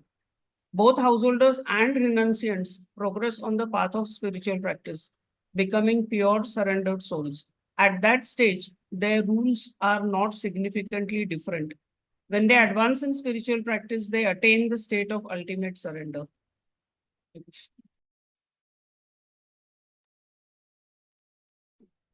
So when one becomes completely surrendered devotee, what are the rules to be observed? What are the rules to be observed if I have become completely surrendered?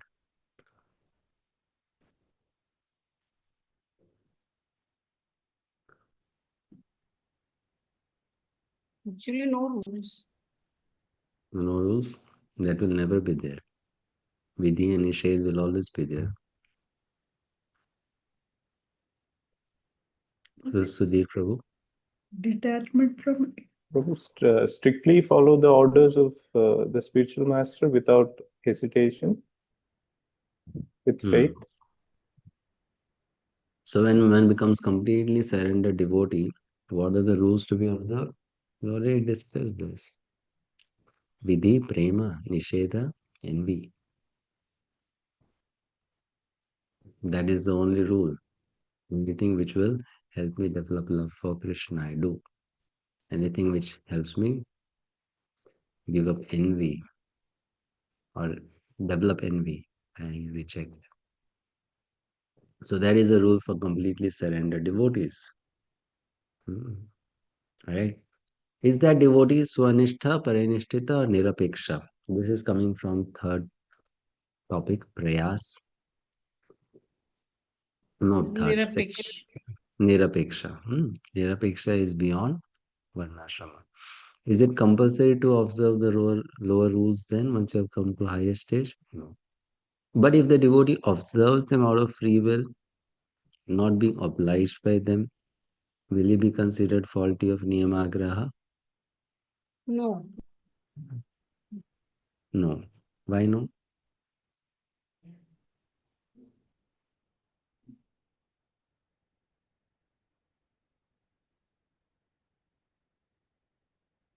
Because observing those rules is not changing his bhakti. Why? Why no? When does it become niyamagraha? When I think my bhakti is dependent on it, then it becomes niyamagraha. Right? But when I am following it just because I like to do it to set an example in the society, but I am not really obliged by it, then I'm not faulty of niyamagraha. Okay, so this is something very interesting for devotees at very advanced stages. Sometimes they may follow rules for very low people also. Like Chaitanya Mahaprabhu, he went to Gaya to perform Shraddha for his father. Was it necessary for him to do that? Not at all. Hmm. But sometimes they'll follow, but they are independent. Sometimes they may follow, sometimes they may not follow. Hmm. Okay, ज्ञाननिष्ठो विरक्तो वा मद्भक्तो वानपेक्षकः स लिङ्गानाशमां त्यक्त्वा चरेत् अविधिगोचरः. A learned transcendental is dedicated to the cultivation of knowledge and thus detached from external objects, or my devotee is detached even from desire for liberation. Both neglect those duties based on external rituals or paraphernalia. Thus, their conduct is beyond the range of rules and regulations. They are not supposed to follow. Like I was giving this example yesterday. If the country's national anthem song is going on, and a personality like Srila Prabhupada is supposed to stand up, no, not required. Why? He's beyond those rules, right? So then now someone cannot say, no, he should also follow. No, he's beyond those rules. It doesn't apply to him. Understanding, right? So that is not considered as breaching the etiquette because it's beyond that etiquette. Next, ekantitam गतानन्तु श्रीकृष्णचरणाब्जयोः भक्ति स्वतः प्रवर्तेत तद्विघ्नैः किं व्रतादिभिः. When one becomes completely surrendered to Krishna's lotus feet, then devotion is spontaneously established in the heart. What then is the need to observe vratas or rules that simply obstruct one's bhakti?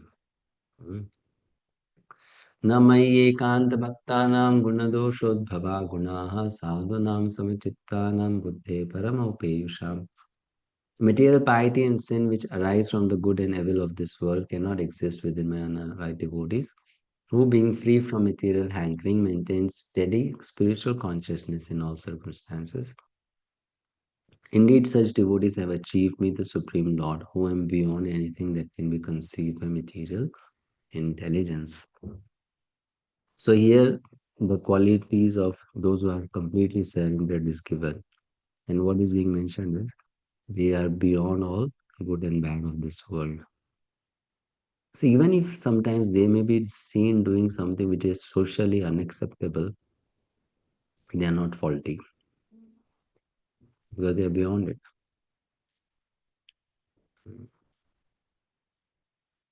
Therefore, when we study the scriptures, we should know if someone is of a very high level, then we should not try to evaluate that person by our understanding of what is right and what is wrong.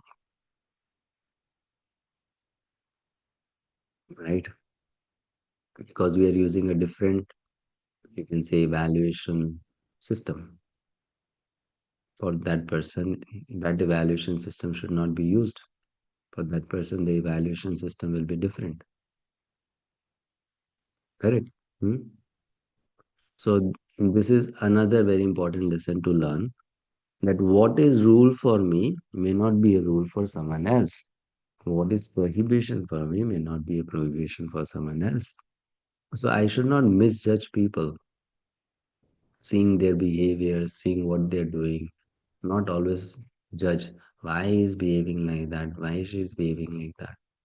Maybe you don't know what is Vidhi and Nisheth for that person. You only know about Vidhi and Nisheth for yourself, and then you are trying to judge everyone else based on that Vidhi and Nisheth. Right? So that understanding has to be very, very clear. Okay? Last. Evam ekantinam prayah kirtanam smaranam prabho kurvatam paramaprithya krityam anyan narochyate विहितेष्वेव नित्येषु प्रवर्तन्ते स्वयं हिते इत्यादेकान्तिनां भाति महात्म्यं लिखितं हि तत्. Those who have completely surrendered generally engage in kirtan and smarana with great affection for Krishna. So this is very important line. This is the most important quality of devotees who are completely surrendered, that they engage in kirtan and smaran or shravan and kirtan with great affection for Krishna. Means if they're chanting the name, they have affection for what they're doing. If they are hearing about Krishna, they have affection. If they're reading, then they have affection. They do not have taste for actions prescribed for persons of lower qualification. Sometimes by their will, they engage in all the daily activities. They are not bound by the rules or niyamagraha. This is described in Updeshamrit, verse number 8. Thus the glory of the fully surrendered has been described.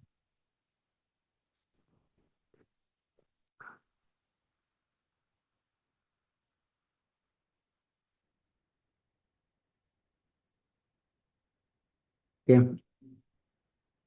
So what is the verse number 8 of Updeshamrit? Tannama Rupa Charitadi Sukirtananu Smrityo Kramena Rasanam Nasini Yojya Tishtan Vajeta Tanuragi Jananugami Kalang Nayada Kilamitupdesha Saram. It talks about Raga Bhakti.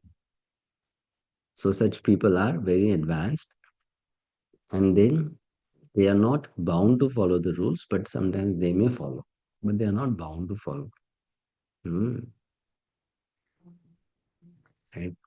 And because they have gone beyond the rules, the purpose of rules is to achieve love for Krishna. So if I have achieved that love for Krishna, problem. Like once Srila Prabhupada, he was very hungry. So he told his disciple Kirtanand Swami Maharaj, that cook something for me. So that devotee Maharaj was cooking, and Prabhupada went to the kitchen and he started eating. So he said, Prabhupada, this is kitchen. Prabhupada said, I know it. This is not yet offered to Krishna. Prabhupada said, yes, I know that also. So how can you eat it?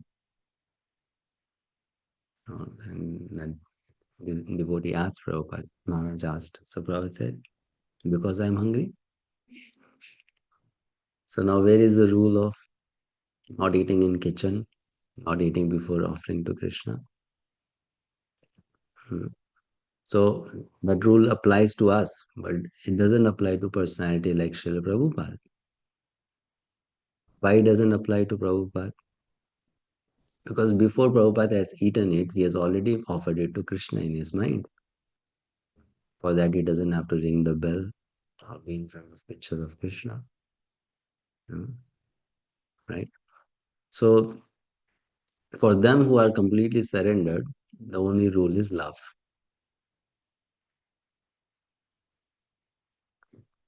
For us, no. For them, yes.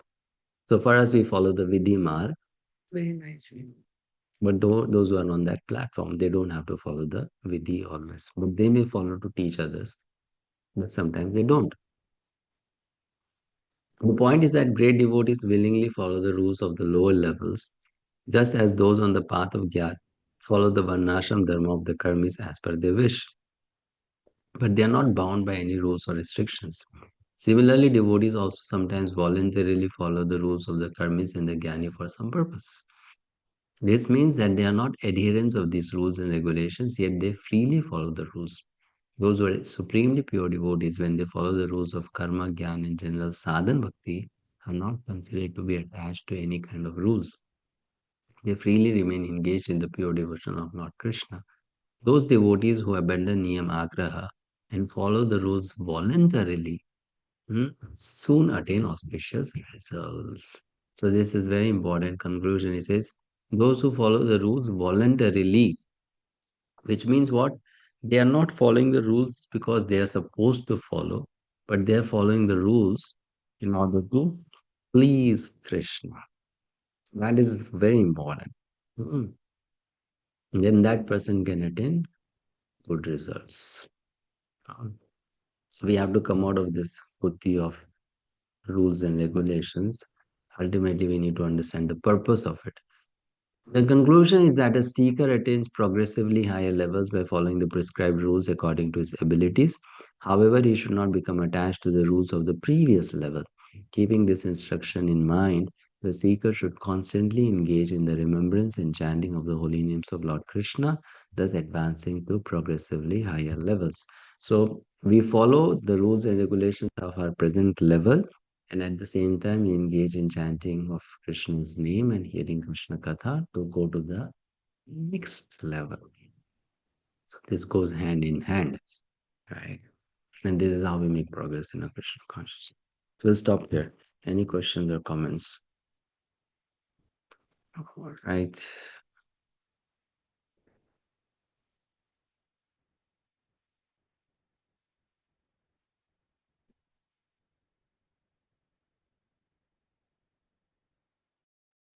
Prabhuji, can I ask a question?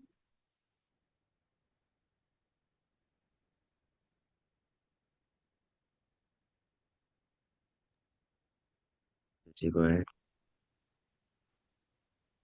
What is it to analyze the nature of false ego? How the false ego functions? It's a good question. How the false ego functions? That is what we have to analyze. Because when we are working on the path of karma, then we are always working with some false identity. So to analyze that, how we are working on those identities.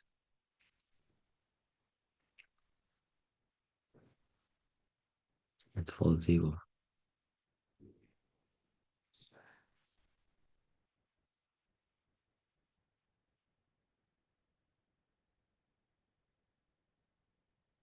We work in a programmed manner, no? Programmed manner means we have developed certain habits, physical habits, mental habits. And those habits are based on our ego, our identity, right? So one has to learn, at least in the in one's thoughts, one has to understand that I'm behaving this way because I identify myself in this manner. But this is not my real identity. So whatever I do based on these identities, that is only a demonstration of my false ego.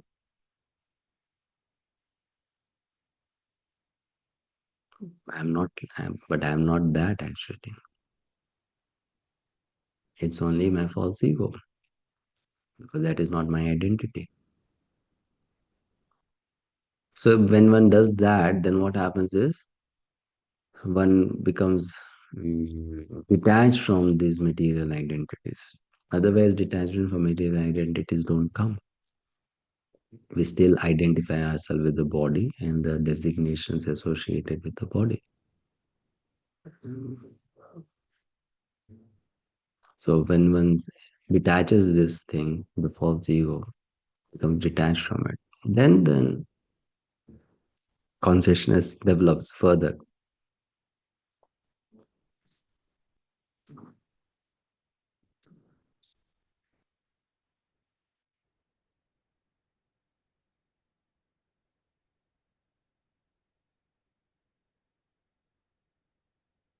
Prabhuji, I had one more question and it is about the previous class on Prajalpa. Can I ask? Yes, Mataji. It is about mental Prajalpa, Prabhuji, how to deal with mental Prajalpa. Mental prajalpa means talking to yourself. Yeah, like so many things are coming in and out of the mind and planning and Yeah. So that is uh, any kind of prajalpa, it can be minimized or removed by doing seva. So that means we have to engage our time in serving Krishna. For that, we must have seva to Krishna, perform seva. If we don't do seva, then we'll be doing prajalpa. So we should have seva engagements. Then we'll be physically, mentally occupied. Otherwise, the mind needs something to think about. No? There is a food for the mind. So if you're busy in seva, then the mind will wander around only in that zone mostly. Yeah, sometimes it will go out, but the chances of it escaping will be less.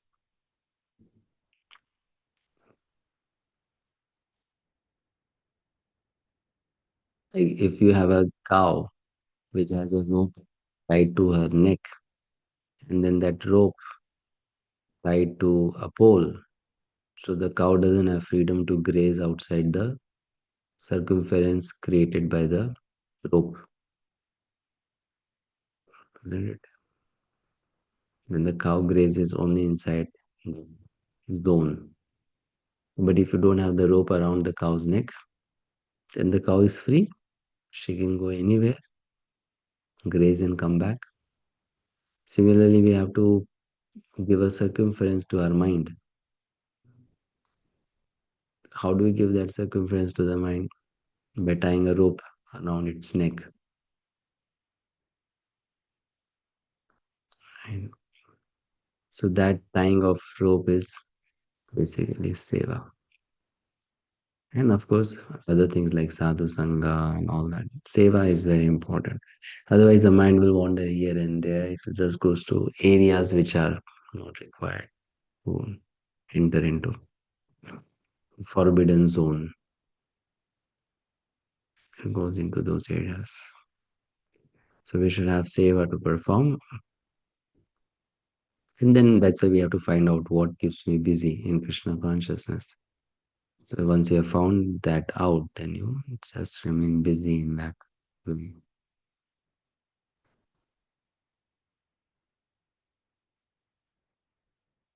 Thank you very much, Raj.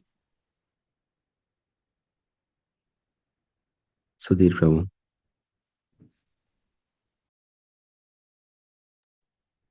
Prabhuji, I have two questions, Prabhu. Can I ask? Yes, Prabhuji. In the beginning of the class, when you showed that slide consisting of the steps, you mentioned a point saying that this knowledge of uh, understanding one's own position, where we are at, and applying the do's and don'ts accordingly, it should be cultivated right from very young age.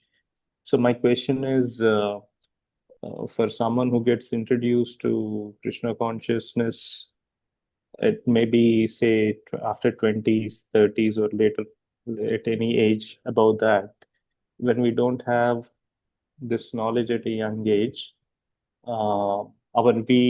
it's difficult for us to know what our nature is. So of late, my understanding and realization is that it's very important for one to be connected to so-called Siksha Guru or mentor, someone who observes us very closely, because often in iskcon, the Diksha Guru is one we may not get close association of the Diksha Guru as much as possible. So this is my realization. Could you please comment on that?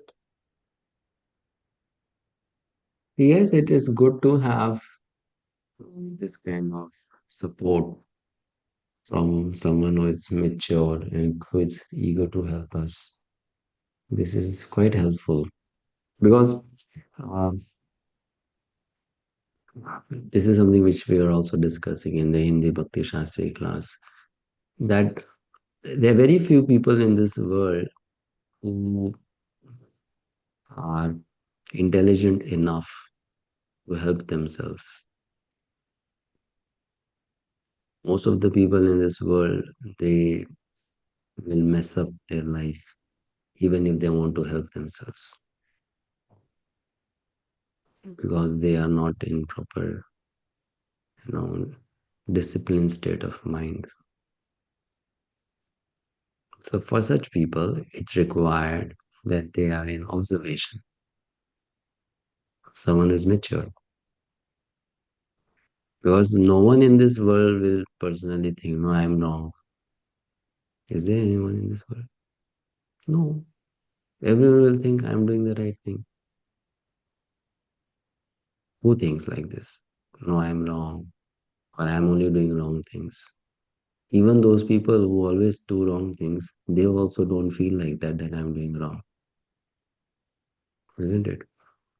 So, therefore, it's very important for people to have proper guidance. But then it's Kali Yuga, so you don't get proper guidance always. That is one of the flaws of Kali Yuga. It's mentioned in the first canto, defects of Kali Yuga. So one is Mandabhagya. Mandabhagya means less fortunate. And another is misguided. So misguided means that one doesn't get good guidance in Kali Yuga. Because the one who is giving guidance is not a person of good character always. So Prabhupada used to say, "Na, it's the age of cheaters and cheated." Hmm. But it is definitely true that one needs guidance very much. Because I have personally seen there are people who can learn by doing mistakes, and there are people who, even after doing mistakes, don't learn. And the number of people who even don't learn after doing mistakes is much more than those who learn from mistakes. And those people have to be actually told, no, no, no, this is wrong. You can't do this. You have to do something else or do it some other way. So that kind of guidance is very much needed for someone to make progress, at least in spiritual life. So that is missing. However, one thing is also there that even if you become ready to give such guidance, then person who is your student should also be mature enough and accountable enough.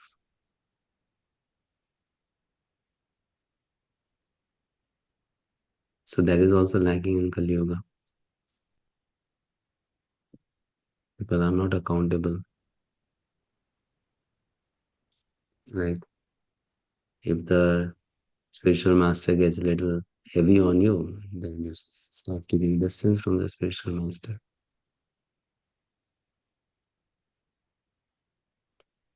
Right? So then that thing again becomes a problem. So it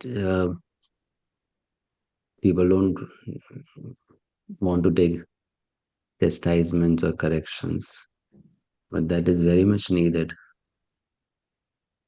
uh, especially for most of us, because in the past, people they're born in families or in societies where they learned a lot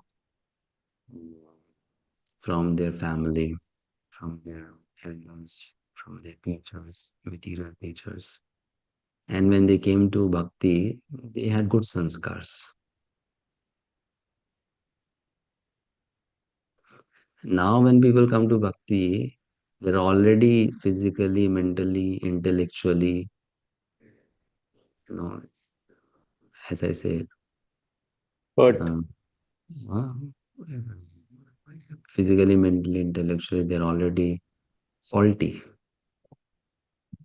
They have too much faults. And then they come to bhakti. So, this process of rectifying them is a big process and a big task. And this is only possible if I wish to be rectified. I get the right person who can rectify me, and I, with a lot of faith and trust and patience in the guidance of that person, follow the process.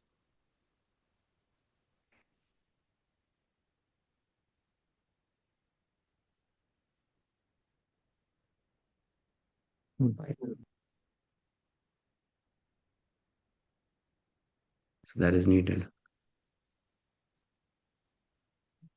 yes, my second question is, Prabhu, we were talking about the importance of hearing and chanting. Srila Prabhupada also in multiple lectures says 24 hours one should chant Krishna's name or Hare Krishna mantra.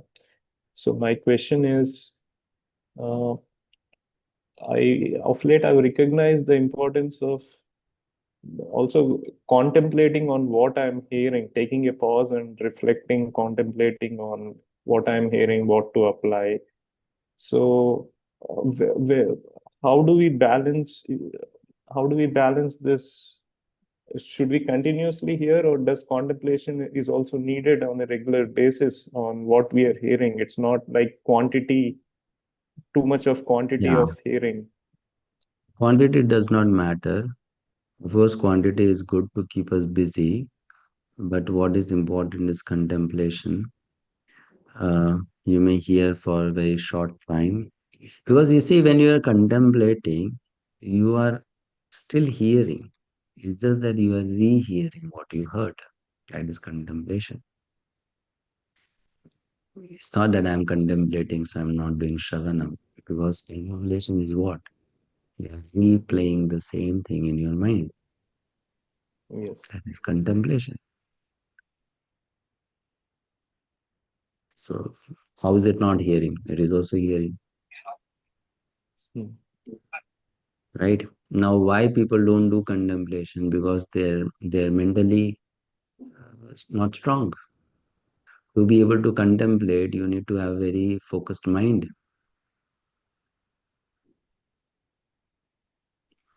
Because contemplation is an internal activity. Hearing is an external activity.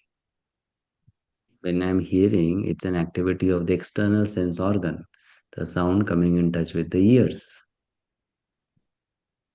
But when I'm contemplating, my external senses are no longer involved.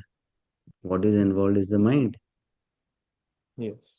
So if I have a weak mind, or I have a very shallow mind, or a unfocused mind, how will I contemplate?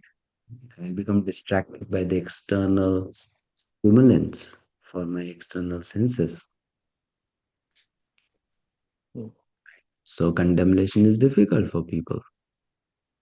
And that's why they can just keep on hearing for hours and hours and hours. But they don't think about it. Like you go to this people's Bhagavad Kathas, they are the stage speakers who sit on stage on an asana, and then thousands of people are listening to their katha. The katha goes for how long? 3 hours, 4 hours, sometimes even 5, 6 hours. And people are sitting in the audience and listening to the katha, right? Yes. And what happens after the katha? Nothing. So much of hearing done. But what happened? Nothing happened.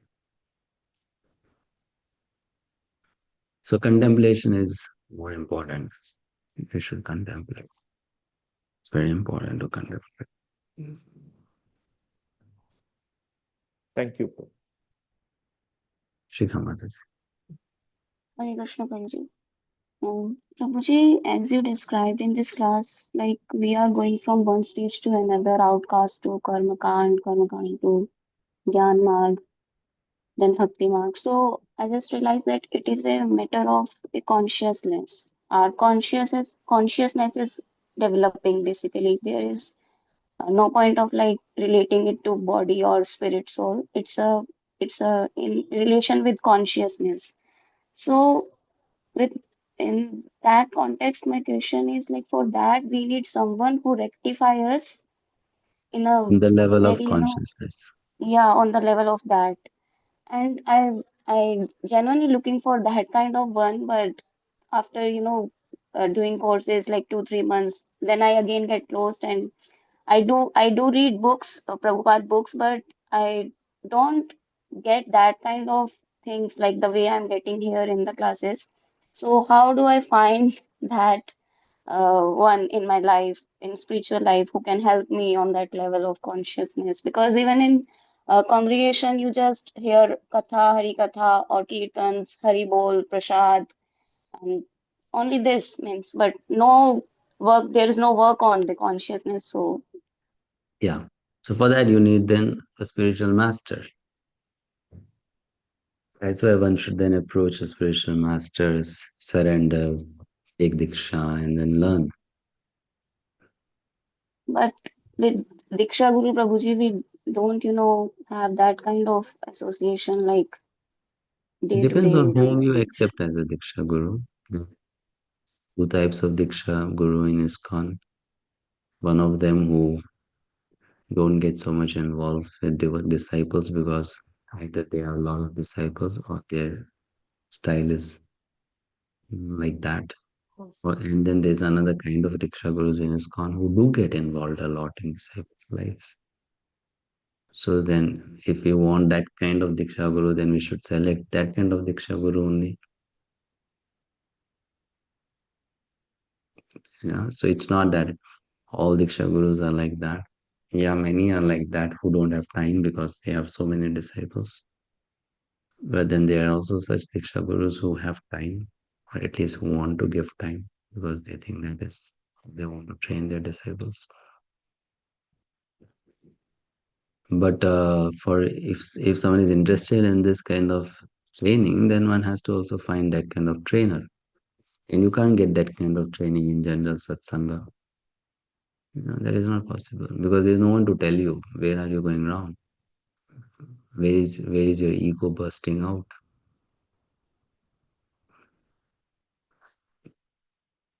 That no one will be able to tell you. So this can only be told by someone. You see, like when it's mentioned here, those who are on the karma mark, they should analyze the function of false ego and try to more of it and then go to jnana. So who can be your teacher who can help you to analyze the function of false ego? Only that person know who himself or herself does that.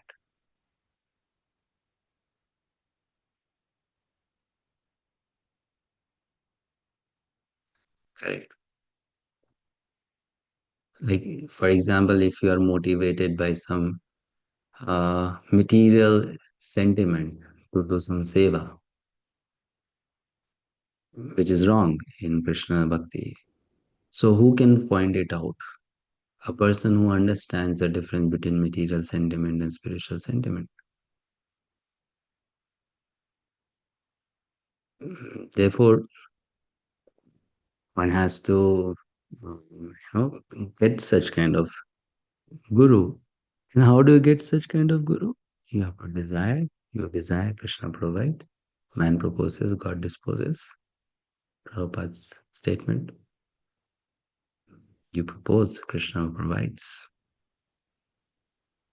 So we have to then tell Krishna, I need such a person as my guru. Then Krishna will make arrangements. He is Bhagwan. He can do anything.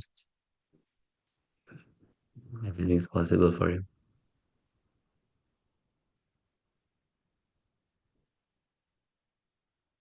Right. But yes, that is needed. We don't understand this, but this is very much needed. Consciousness has to be trained. How we think, how we feel, what motivates us. So that's why there are two types of bhakti. One is samanya bhakti and one is Shuddha bhakti. So what happens in iskcon mostly is samanya bhakti only. It's not Shuddha bhakti. Yes, we know the definition of Shuddha bhakti, but we don't do Shuddha bhakti. We do samanya bhakti only, in general bhakti. But that's not bad. It's better than nothing. But that is not Shuddha bhakti. Because Shuddha bhakti, and you want to rectify that consciousness, then only one can come to that level of purity. Otherwise, it's not going to happen.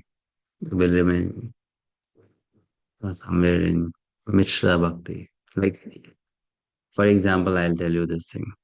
Think about it.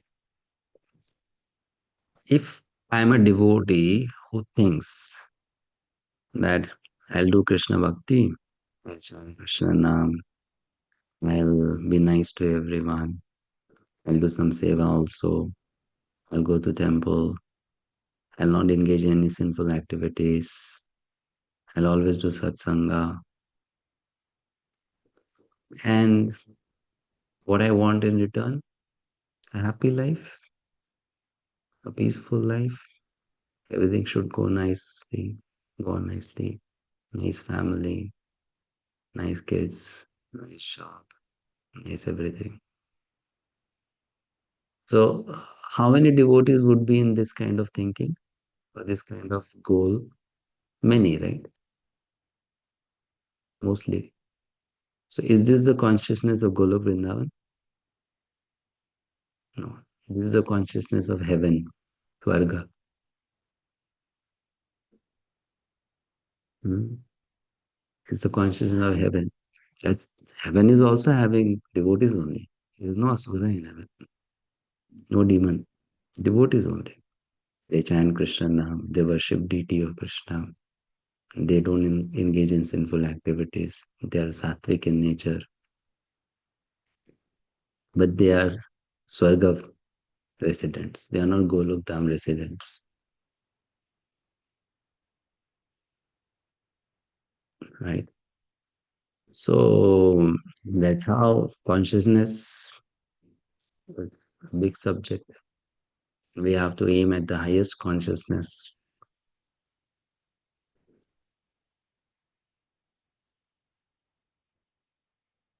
All right, so we stop here. See you next week.